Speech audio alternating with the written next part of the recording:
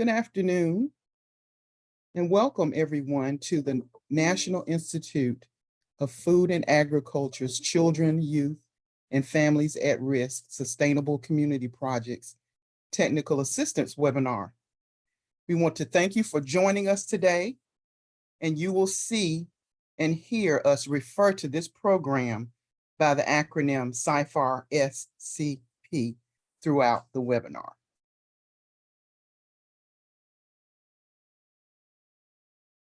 I am Bonita Williams with the NIFA's Division of Youth and 4-H and the National, and I serve as the National Program Leader for the CYFAR program. I will be presenting today along with Andrea Wakira and Mark Otto. Andrea works for NIFA as a program specialist in the Division of Youth and 4-H and supports the CYFAR program. Mark works for the University of Minnesota as the Director of Strategic Partnerships and supports the CYFAR Professional Development and Technical Assistance Center.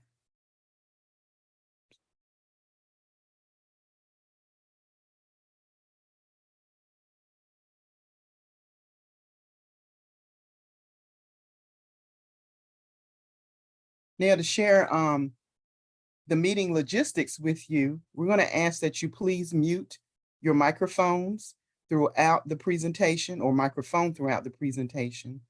The presenter is being recorded and will be posted on the nifa.usda.gov site for any the time that you would like to view the this particular recording. Questions can be submitted through the Zoom and question and answer feature.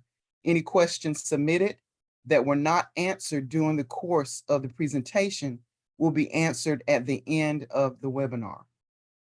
USDA is happy to field any general high-level inquiries that applicants may have regarding the application process. However, USDA staff is unable to offer specific guidance on how to craft, structure, or write one's proposal.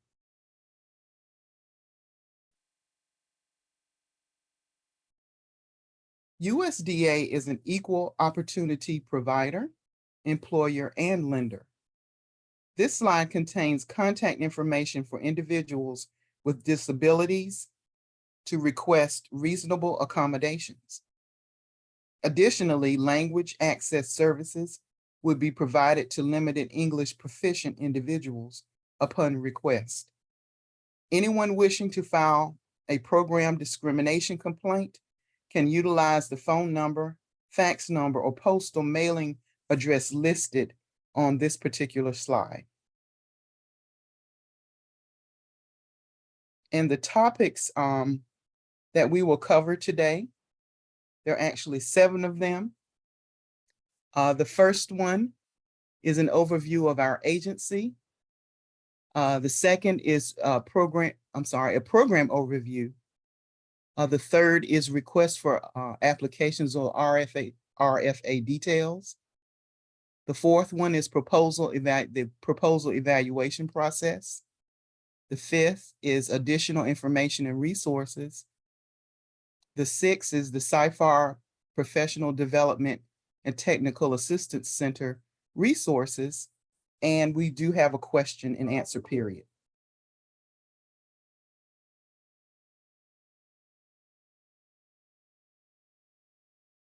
Now for our NIFA overview. The National Institute of Food and Agriculture is the extramural science funding agency within USDA's Research, Education, and Economics Mission Area, or REE. NIFA employs approximately 350 staff to accomplish its mission. The agency invests in and supports initiatives and ensures the long-term viability of agriculture by administering more than 2,400 awards annually. And in the fiscal year, NIFA funded projects well over $2 billion. NIFA provides funding and strategic leadership for programs that ensure groundbreaking discoveries in agriculture-related sciences and technologies to reach the people who can put them into practice. Now we have the topics covered by NIFA. We have 12 of those, and I won't read all of them to you. There's education, animals, and plants, for example. And of course, we have to mention youth development and human sciences. Now, our program overview with the purposes and priorities. The mission of the CYFAR program is to marshal the resources of the land grant and cooperative extension system so that in collaboration with other organizations, they can develop and deliver educational programs that equip youth who are at risk for not meeting their basic needs with the skills they need to lead positive, productive, and contributing lives. And the CYFAR philosophy is the basis for the CYFAR SCP program. And the purpose of the CYFAR SCP funding is to improve the quality and quantity of comprehensive community-based programs for at-risk children, youth, and families supported by the cooperative extension system across the country and with the U.S. territories. CYFAR SCP aligns with the USD strategic plan and specifically strategic goal 5, which is to expand opportunities for economic development and to improve the quality of life in rural and in tribal communities.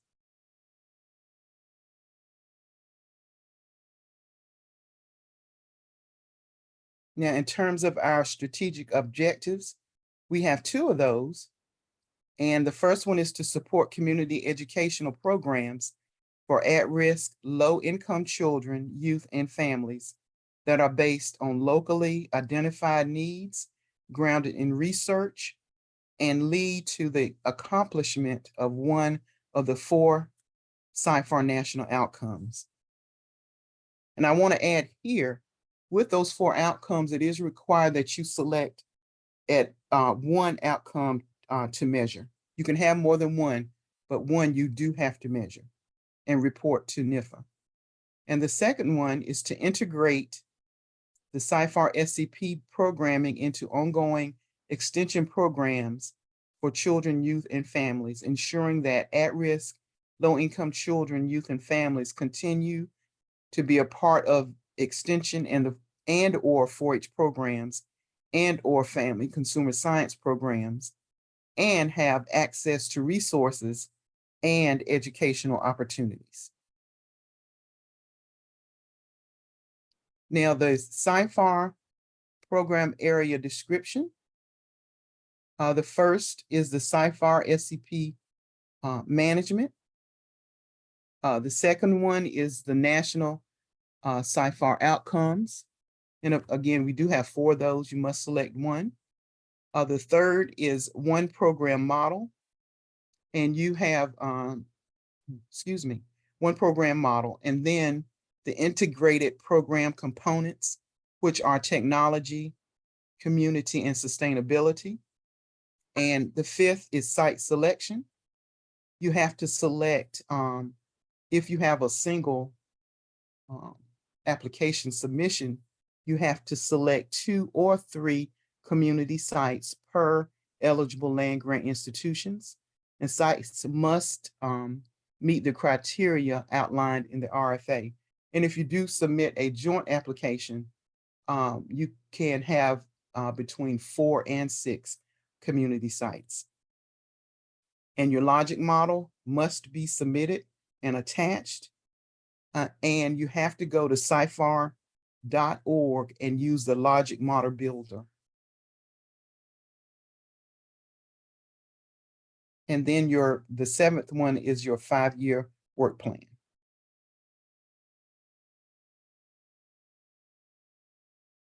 In terms of eligibility,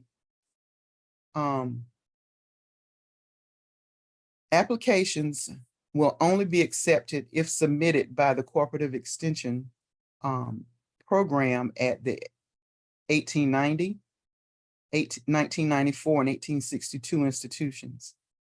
And these institutions also include Tuskegee University, Central State University, West Virginia University, and the University of the District of Columbia.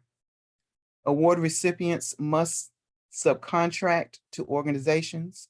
Oh, I shouldn't say must, but you may subcontract to organizations that are not eligible to apply, and provided that the organizations are necessary for the conduct of the project. Organizations and institutions that have received a new, regular, or joint project type in the last two funding cycles, and this is important, fiscal year 22 and fiscal year 23, are ineligible to apply.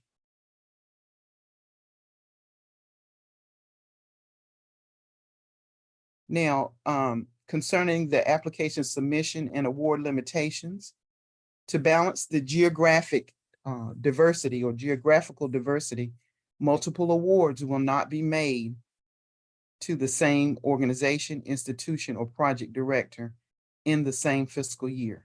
Institutions may submit more than one application. However, PDs or project directors and co-PDs may only submit one application. NIFA will disqualify individual applicants who submit more than one application.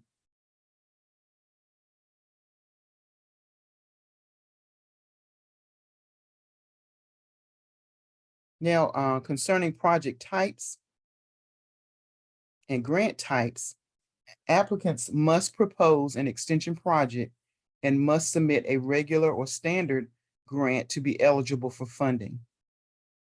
Sometimes you may see the word regular used with standard interchangeably. In a regular CYFAR SCP with the single eligible institution, the application executes the project without the requirement of sharing the grant funds with another land grant institution. And this regular CYFAR SCP type should have 2 to 3 community sites. In a joint CYFAR SCP, the lead institution must include one or more additional eligible institutions and apply for joint funding. The joint CYFAR SCP project type should have 2 to 3.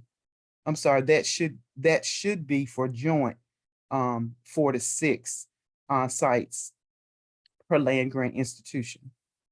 I'm sorry, for the total application, but each land grant institution could have up to 2 to 3 community sites.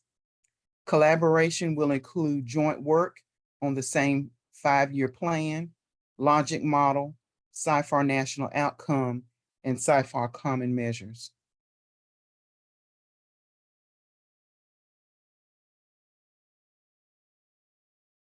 And we do have the expectation that the leading land grant institution for the joint projects will split the funding.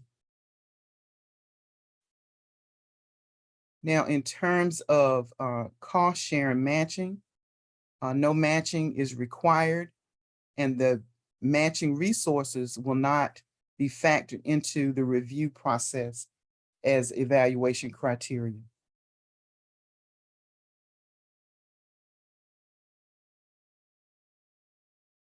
NIFA will recognize and prioritize centers of excellence, and the applicants that carry out research, education, and extension activities that relate to food and agricultural sciences are the ones that are going to be recognized as centers of excellence or a center of excellence.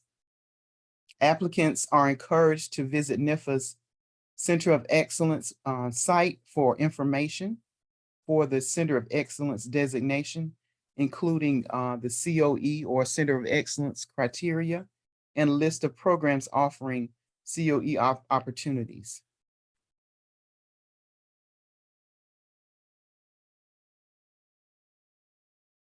I'll now turn it over to Andrea for the RFA details. All right, now we'll cover the RFA details. Notable changes to the RFA from previous years are indicated on this slide. First, eligibility requirements were updated to balance geographical diversity. Multiple awards will not be made to the same organization, institution, or project director in the same fiscal year. Further, organizations and institutions that have received a new regular or joint project type in the last two funding cycles, so FY22 or FY23, are ineligible to apply. Second, the project narrative requirements were reorganized into 6 sections.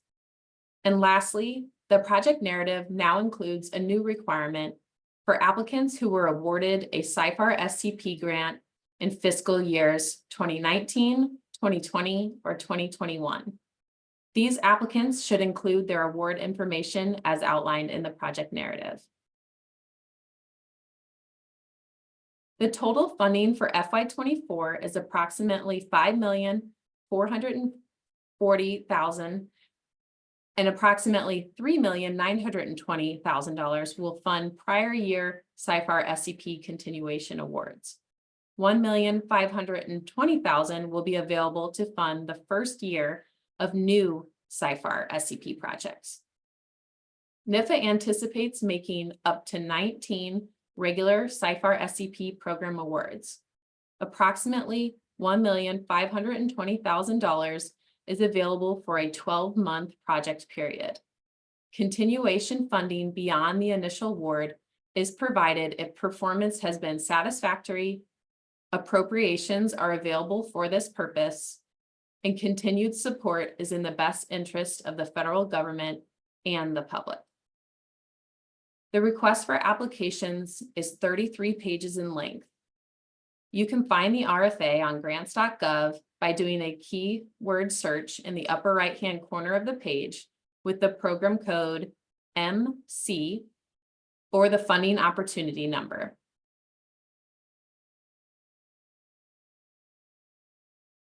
Read and follow all the guidelines in the RFA and the NIFA grants application guide before submitting the key documents. Successful proposals excite the reviewers, are well-written, succinct, and logical, address the program purpose and priorities and activities, take an innovative approach and don't duplicate what others are doing, have a solid and detailed plan for identifying needs, program development and implementation, and have a solid and detailed evaluation plan for outcome-based reporting and measuring impact. The project summary abstract must show how the project goals align with the program goals of the CYFAR SCP program. See Part 5 of the NIFA Grants Application Guide for instructions and suggested templates. The page limits and font sizes outlined here ensure fair and equitable competition. The project narrative must not exceed 12 pages of written text for regular projects and must not exceed 15 pages of written text for joint projects. Up to 20 additional pages can be included for figures and tables. Appendices to the project narrative are allowed if they are directly germane to the proposed project. Please include the logic model as part of the appendix and do not add appendices to circumvent the page limit. Proposals that fail to comply with the required content and format will not be considered for funding. Material exceeding stated page limits and/or formatting structure will not be considered. Incomplete and/or non-compliant proposals will not be considered. The project narrative must include the following sections and headings: Applicants should describe project management, approach and design, the logic model, and optional, describe the Centers of Excellence criteria. Resubmissions should include a response to the previous review. And award recipients from FY 2019, 2020, and 2021 should include their award information. Applicants should include an approximate start date of September 1st, 2024, and approximate end date of August 31st, 2029. The CYFAR.org logic model builder must be used to provide a 5-year logic model for the CYFAR SCP project. The CYFAR specific logic model consists of 5 elements, including identified needs and assets, desired results, indicators, activities, and resources. Please include the logic model as part of the appendix and describe the logic model in the project narrative. Page 16 of the RFA includes the maximum funding that may be requested each year. The first chart shows the budget request limits for year 1, and the second chart shows the budget request limits for years 2 through 5. For regular, which are the single institution projects, no more than $50,400 can be spent for university support. For joint projects, no more than $100,800 can be spent for university support.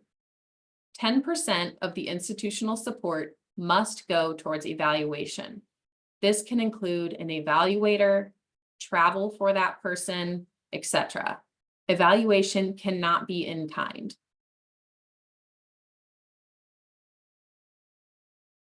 Applications must contain an annual budget narrative, annual community site budgets, and annual community site budget narratives, as well as a cumulative budget and cumulative budget narrative, covering the entire project period. The budget justification, also known as the budget narrative, must include an itemized breakdown of all support requested. In the document titled Budget Narrative, explain and justify all requested budget items and costs. Detail how the totals on the R&R budget were determined, and demonstrate a clear connection between cost and the proposed project activities. Budget should include subawards. It should include subawards, base annual salaries for all key personnel, travel costs to attend grantee orientation in year 1, and grantee workshop in years 1 through 5, and a minimum of 10% of total budget allotted for project evaluation. Project activities that are unallowable direct costs under the CYFAR SCP program include promotional giveaway items such as t-shirts, hats, tote bags, mugs, construction of a building or a facility, breakfast before or dinner after a meeting, lunch during a meeting without justification, alcoholic beverages and/or entertainment, and any costs expended after the expiration date of the award. Additionally, indirect costs are not authorized. A data management plan is required for the CYFAR SCP program. Applicants should clearly articulate how the project director and co-project directors plan to manage and disseminate the data generated by the project. The data management plan will be considered during the merit review process.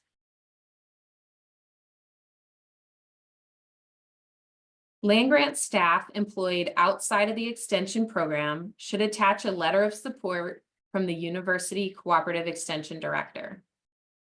Letters of commitment to the CYFAR SCP project should include documentation regarding commitment and the capacity regarding the specific role and responsibilities.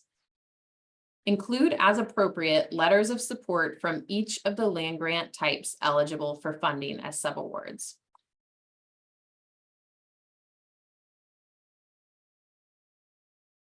Please read the RFA to make sure you're eligible to apply and understand the instructions. If you determine your organization is eligible and wants to apply, follow the instructions in the RFA. Be sure to read and follow all instructions. Just want to note that grants.gov is used for all federal agencies. The NIFA grants application guide includes NIFA specific instructions and requirements that are just as important as the RFA. And the request for applications, or the RFA, is specific to the CYFAR SCP program. Applications are due in grants.gov by 5 p.m. Eastern Daylight Time on February 15th, 2024. Only electronic applications through grants.gov are accepted. Excuse me, I'm going to take a drink.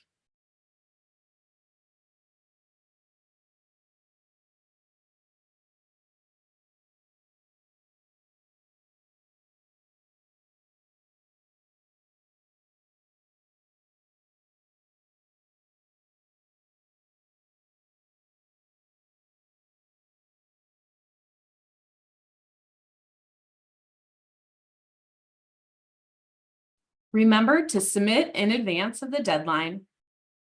Get a case ID from grants.gov if you're having submission problems. And remember to attach all PDFs as a PDF and not have any password protected documents. Grants.gov will not check this for you, so you must.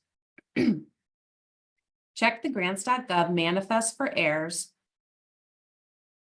and you may correct the errors and resubmit through grants.gov up to the deadline. And we will accept the latest valid application received before the deadline. Now we'll cover the proposal evaluation process. NIFA evaluates each application in a two-part process. First, we screen each application to ensure that it meets the administrative requirements set forth in this RFA. All administrative requirements must be met in order for the application to proceed to the next level of review. Second, a scientific peer review process will be used to technically evaluate applications that have met the administrative requirements using a peer review panel. After each peer review panel has completed its deliberations, the NIFA program staff will recommend that your project is either approved for support from currently available funds or declined due to insufficient funds or unfavorable review. NIFA reserves the right to negotiate with the project director and/or the submitting institution regarding project revisions prior to recommending any project for funding. Examples may include reductions to the scope of work, funding level, period, or method of support. After the review process has been completed, NIFA sends copies of reviews, not including the identity of reviewers, and a summary, if applicable, of the review panel components to the project directors.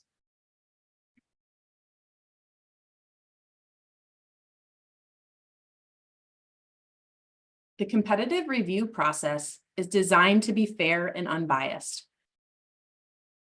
The peer review panel will be comprised of individuals representing diverse backgrounds with relevant training, expertise, and experience. Evaluation criteria are the only basis for peer review, and only information in the application is evaluated. The following criteria will be used to evaluate applications: CYFAR SCP project management, the soundness of the national CYFAR outcome, one program model selected, integrated community components, the soundness on the process for selecting the CYFAR SCP community sites, the 5-year logic model, 5-year work plan, the suitability and feasibility of the data management plan, response to previous reviews if applicable, relevance and reasonableness of the budgets and budget narratives, letters of support and commitment, and funding preferences.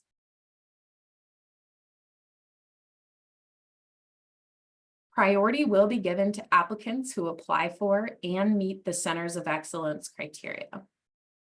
Preference will be given to applicants proposing engagement with 1890, 1994, Hispanic serving institutions known as HSIs, and EPSCoR states as subawardees. Higher preference will be given for 1890 and 1994 institutions submitting as a joint eligible applicant. This slide includes the average time for NIFA's competitive programs.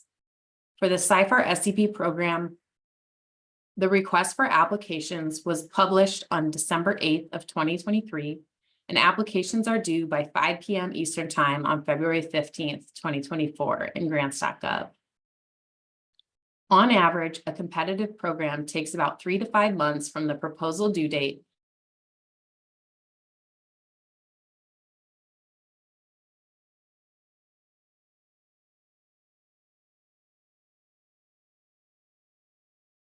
And now we will cover some additional information and resources may be helpful.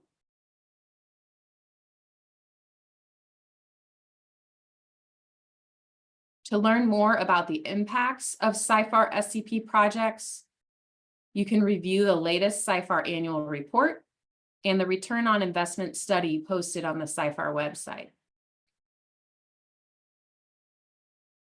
Additionally, you can use the NIFA reporting portal to find previously funded awards. And you can use the link at the bottom of this slide for easy access to that search.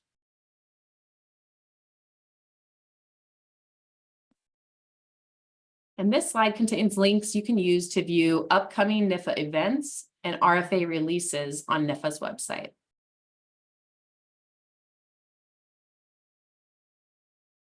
And we encourage all applicants to review the information provided in these grant resources before applying. And we also like to add that if you're interested in serving as a NIFA panelist, you can complete the volunteer panelist survey to be considered. The link to the survey can be found on the last resource listed on this slide.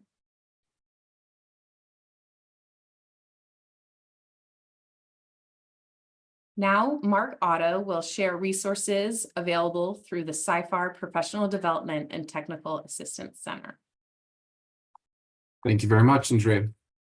Hello, everyone. We've gotten a lot of information. I'm here today to talk a little bit about the resources that you should use that CYFAR PDTA has on their website, as well as to highlight support that the center provides. There were 3 key things that I wanted you to take away from my part of this presentation is, first of all, that the CYFAR PDTA website, which is cyfar.org, is the host of the logic model builder that Dr. Williams mentioned earlier in her presentation that you'll need to use to create the logic model that you're going to use in your grant proposal. The second item that I'd like you to take away from this is that Survey Builder is also hosted on the cyfar.org website, and that is where the common measures that are used to write about your evaluation and your grant proposal are hosted. And just to reiterate that those really help USDA NIFA to tie the many types of CYFAR programs together into this larger initiative. And then the last piece that I really want you to walk away from with this is that if you are selected as a grantee after the review process that Andrea just described, then you will be funded to attend a professional development event, and I will provide you with some more details about that in coming slides. Next slide.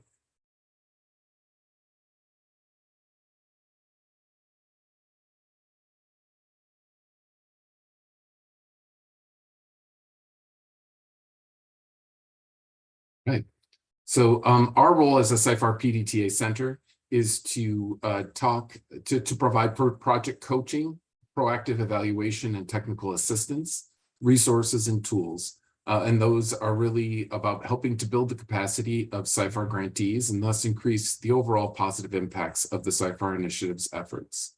We do this, we provide that support as part of our job in support of this initiative, CYFAR SCP initiative, as well as to further NIFA's goals and to build that capacity within the system. The CYFAR Professional Development and Technical Assistance Center is a collaboration between the University of Minnesota and Penn State University. We do not provide community programming, but we do provide that professional development and technical assistance to SCPs or grantees.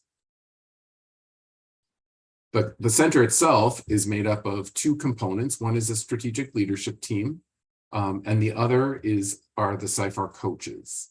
The coaches are, well, as you can see, the CYFAR strategic leadership team hires those coaches, provides a set of webinars, networking calls, and other opportunities for grantees to further expand their work as SCPs.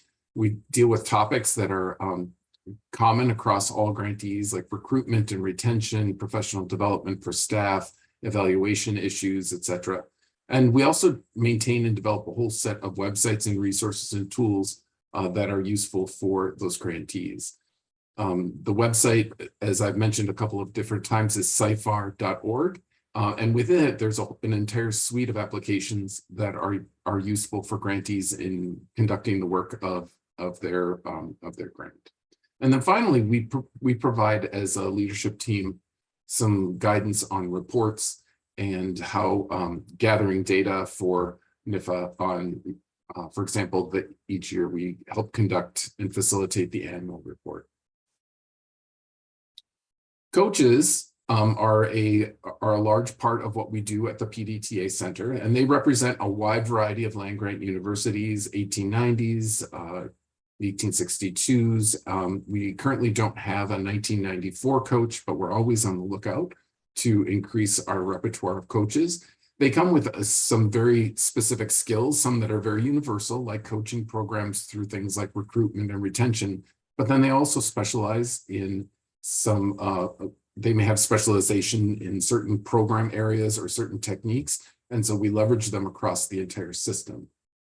They help sites to conduct their needs assessments, help sites in their planning process.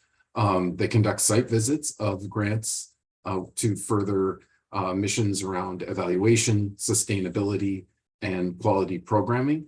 And then they also provide trainings at the site and on a larger initiative level at our professional development event. On the goals slide, I just wanted to briefly talk about how we provide comprehensive research and evidence-based foundation, which is a support for all CYFAR programs through a variety of methodologies, as well as those delivery mechanisms that leverage and improve on the existing resources within each of the SCPs. This is one of the ways that we think that we help to facilitate capacity building, and as well as to network sites together in an effort to expand positive programming or quality programming techniques across the entire system.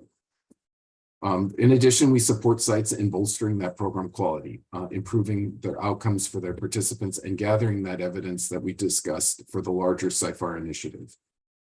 The capacity building resources might have to do with programming capacity within community sites. It might have to do with capacity within the land grant where the SCP grant is hosted. But again, all of them are in service to that larger CYFAR initiative. I believe Andrea and Dr. Williams have talked about the next slide, which is the SCP requirements for evaluation and data. And they mentioned that everyone is required to evaluate their programs, that the logic model will be an important component for your planning and evaluating and reporting on your program, as well as to inform that 5-year work plan that Dr. Williams and Andrea mentioned in their part of the presentation. So when we get to that slide, it'll be helpful for you to make note of where that logic model is listed. And anyone, regardless of whether they are an SCP or a new grantee or a prospective grantee or a citizen, can use that logic model. They simply need to create an account within on the CYFAR.org website. And again, just to reemphasize that all SCPs will need to collect that common measure data.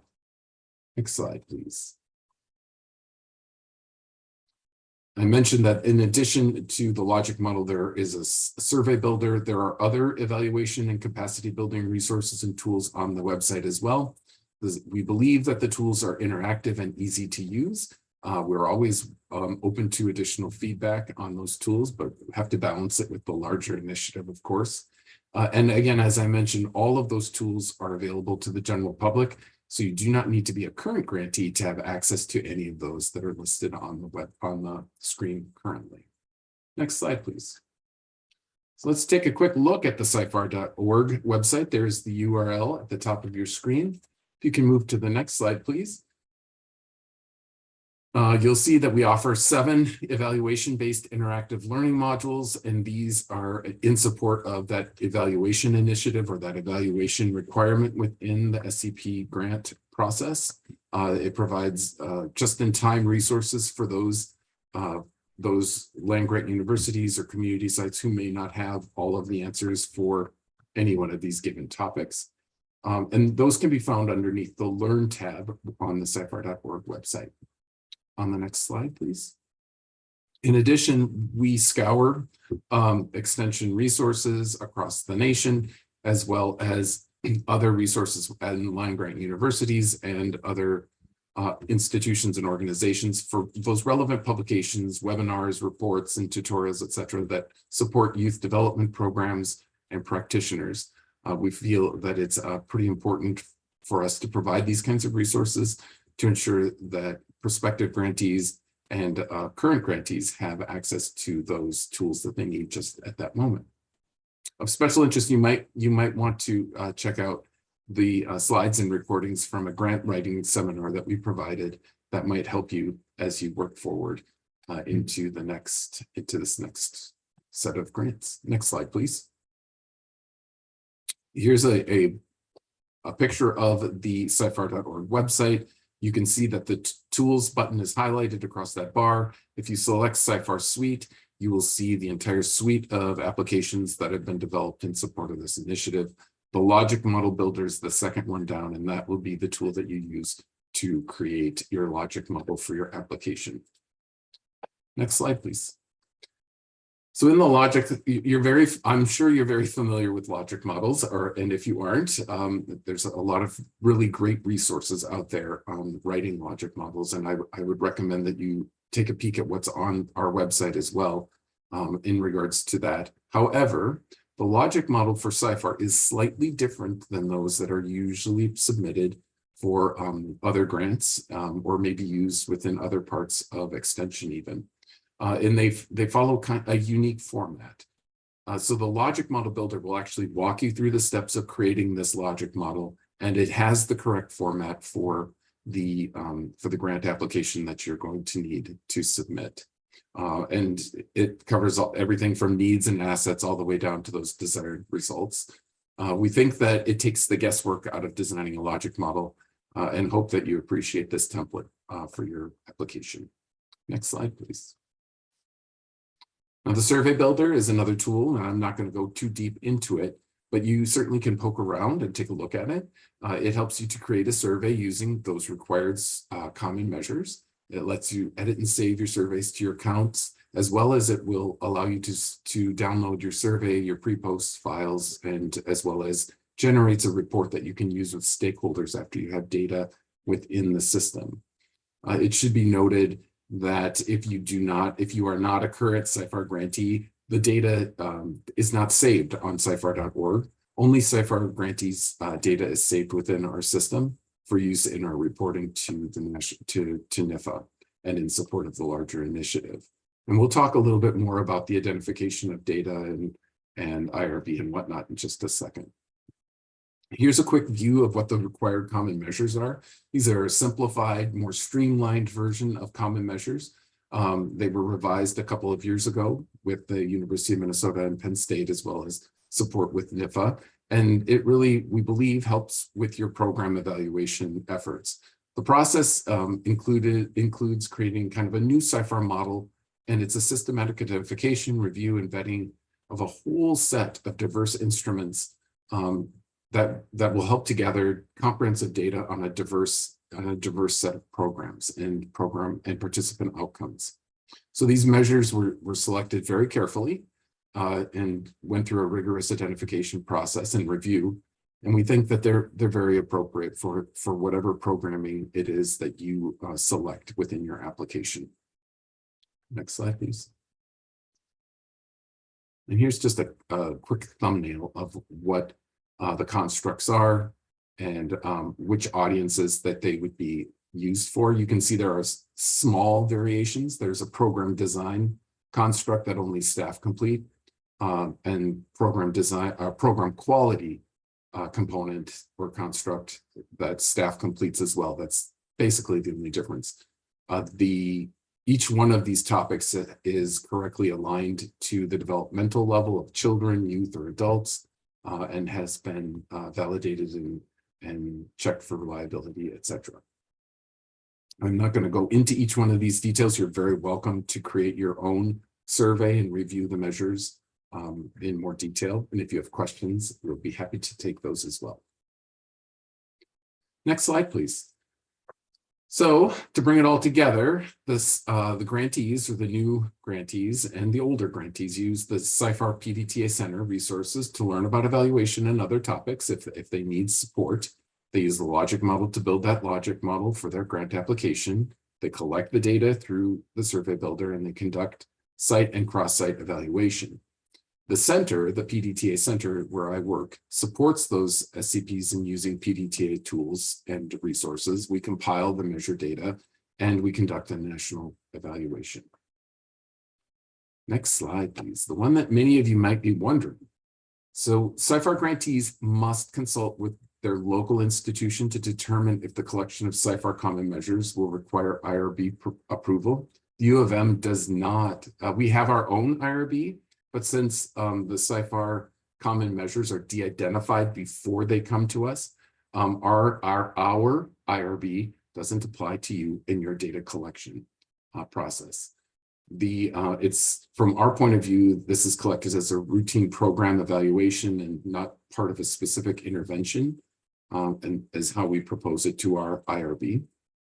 So we do not provide a multi-institution level oversight or human subjects approval for common measure data collection. That must be done at your local level, and you will only submit that de-identified data to the CYFAR.org website.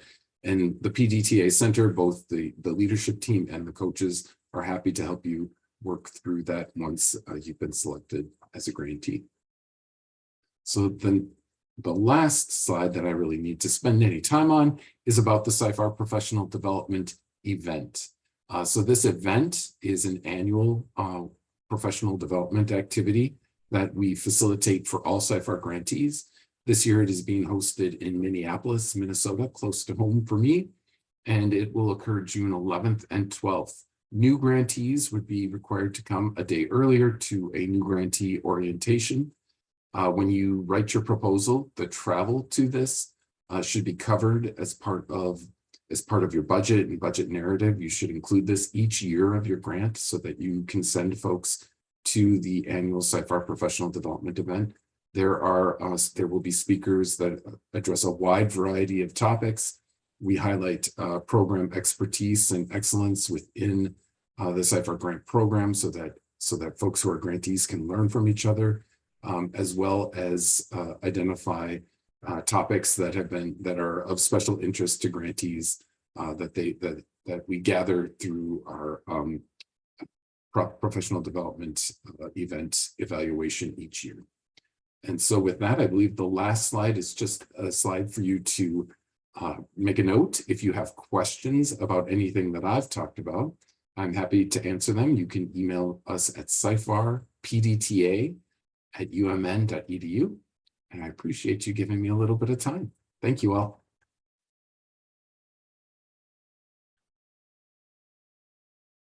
Thank you, Mark. Now is the question and answers portion of our presentation. So if you do have any questions, please submit them using the Zoom Q&A feature. And we do have 2 questions that have come in so far. I'll read those aloud. The 2 questions that have come in are very similar. So these are for you, Benita. If an institution received a CYFAR grant in the last 2 funding cycles, can they be included as a partner institution who's taking the lead on the application for this RFA? Well, if you recall the slide that we shared earlier, we indicated that we are trying to seek geographical diversity and that multiple awards will not be made to the same organization. And that is specifically for years, if you receive any funding, whether you are part of a joint application or an individual or single application, you will be ineligible. So years previous, you can apply. But for years 22 and 23, if you did receive funding, whether you were a single, part of a well, if you were a single institution that applied, or if you were part of a joint, you would be ineligible. And hopefully that answered your question. Thank you, Benita. Mm-hmm. Another question is, can you clarify the 1 proposal per state that can be submitted? So it is 1 application per PD, but institutions can submit more than 1 application. So more than 1 potential PD can apply from the same institution.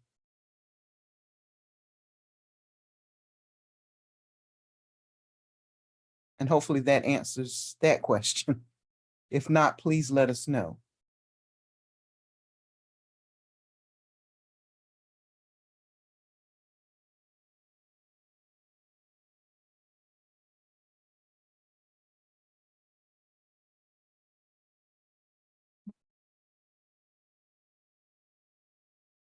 Should applicants include 10% of the total budget for evaluation or 10% of the university portion for the budget for evaluation? It's the total budget.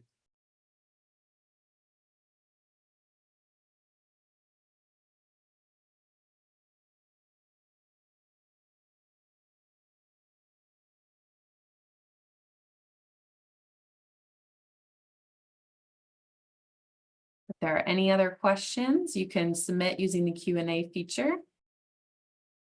Give a minute to see if any other questions roll in.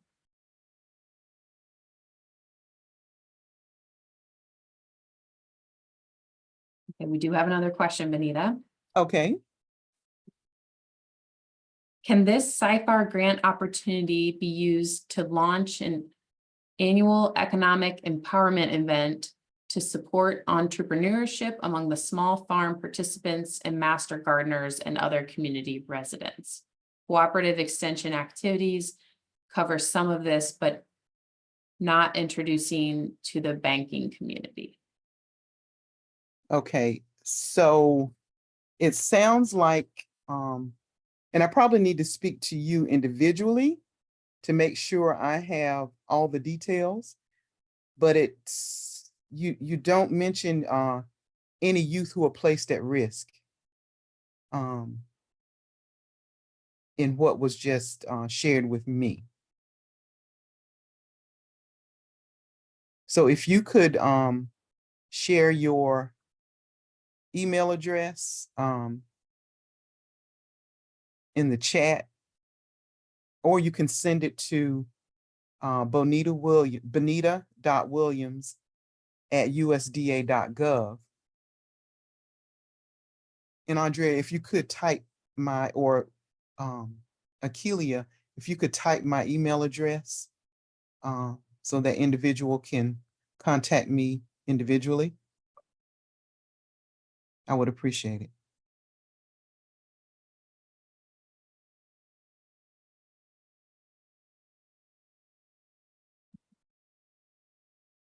And another question,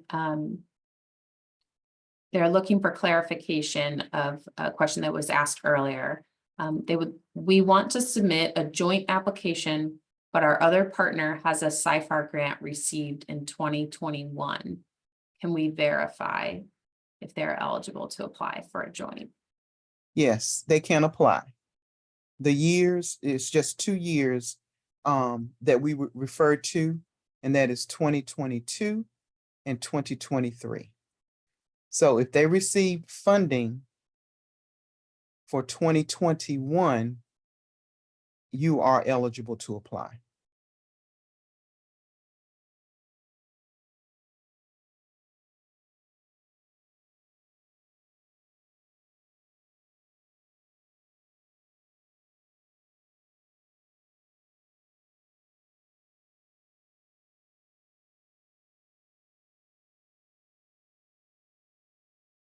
All right, another one. Do you have to be a grant recipient to go to the CYFAR professional development? Yes, I'll let Mark speak. Sorry. No, that's okay. Thank you, Dr. Williams. So in this last year, we actually are looking for several guests to attend the professional development event. We are very interested in helping to promote the CYFAR SCP grant program. And one of the ways that we believe that we can do that is by helping grantees or potential grantees who haven't applied for or received, who haven't received a CYFAR grant within a set period of time, and I believe it's 10 years, or have never received a CYFAR grant, to attend the event to begin to see the kinds of programs and initiatives and understand the capacity of what their capacity of institution has to be in order to support a grant. If you are interested in being one of those institutions to be represented at the event, you can certainly send an email to CYFAR at umn.edu to let us know, and we can verify that you meet the eligibility requirements. And to answer possibly a second question, is that okay, Andrea?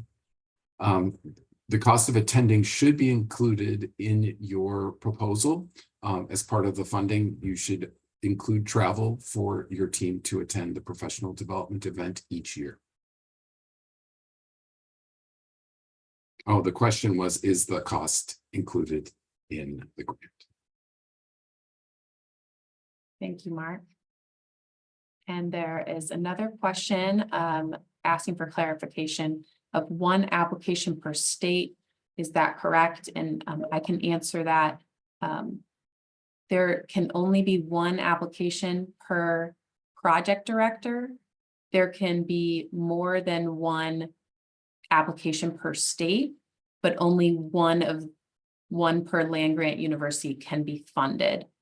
So there can be multiple applications from a land grant, but only one will be selected for funding.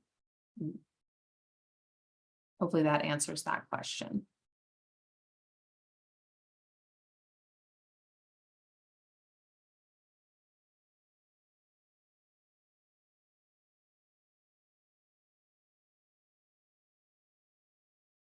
Right, and we are at 2:59 Central Time. So I will turn this over to Benita for any final remarks. Well, thank you so much, Andrea. Thank you to you all for joining us today.